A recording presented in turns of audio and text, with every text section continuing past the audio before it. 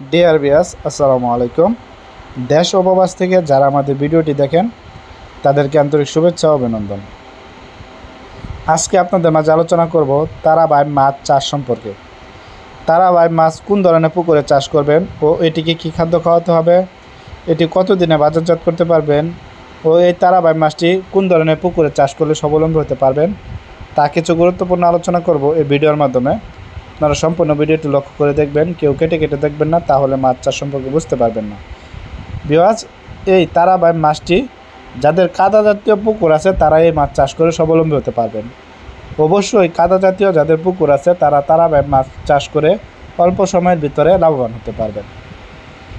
এটির সাইজ হচ্ছে 1 ইঞ্চি সাইজের তারাবাই মাছের পোনা।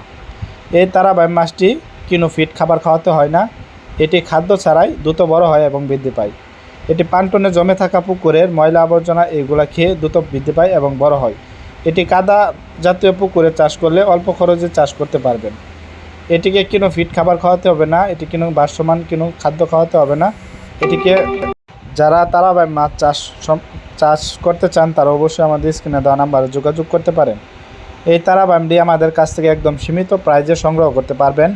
আর যারা খাদ্য ছাড়া মাছ চাষ করতে চান তারা অবশ্যই এই তারাবাই মাছ চাষ করে যাদের কাদা জাতীয় পুকুর আছে তারা এই তারাবাই মাছ চাষ করে অল্প সময়ে বৃদ্ধি পাবেন এবং দ্রুত বড় করতে পারবেন। ভিউয়ার্স, এই তারাবাই 5 থেকে 6 মাস চাষ করে বাজারজাত করে দিতে পারবেন। তা ভিউয়ার্স, আপনারা যারা তারাবাই মাছের পোনা খুঁজছেন, আমাদের কাছ থেকে অরিজিনাল তারাবাই মাছের পোনা 28 দিন হরমোন করা মাছটি আপনারা আমাদের কাছ থেকে সংগ্রহ করতে পারবেন। ভিউয়ার্স, যাদের ভিডিওটি ভালো লাগবে অবশ্যই চ্যানেলটিকে সাবস্ক্রাইব করে রাখবেন নিত্য নতুন ভিডিও পাওয়ার জন্য। এই তারাবাই মাছের সাইজটি হচ্ছে 1 থেকে 1.5 ইঞ্চি সাইজের তারাবাই মাছের পোনা।